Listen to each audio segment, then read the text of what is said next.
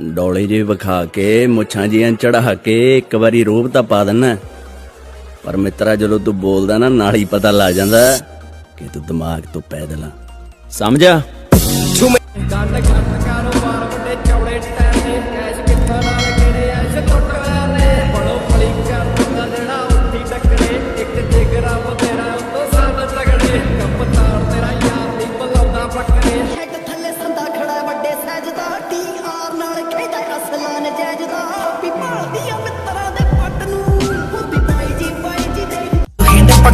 ਉੱਚੀਆਂ ਡੈਕ ਤੇ